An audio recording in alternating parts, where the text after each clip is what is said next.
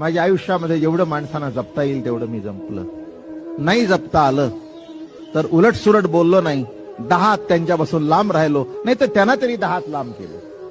हे सगळ्यात उत्तम होतं. साध्या सुद्धा माणसाला सुद्धा वाटलं पाहिजे की ही व्यक्ती आपली आहे, तरच आपण आयुष्यात काहीतरी कमवलं. खूप पैसे तुमच्याकडे असतील, लक्षात ठेवा, पाणी पाजायच्या वेळेला तुमचा पैसा तुम्हाला पाजणार नाही. प्रेमाने 2 माणसं जवळ गेली तरच ते पाणी देतील. हो, नर्सची ड्युटीची वेळ संपल्यानंतर ते म्हणेल 6 वाजले, मला घरी जायचं. अगं माझं औषध देऊन जा, पुढची नर्स येईल. नाही आली तर तुमची व्यवस्था करा तुम्ही.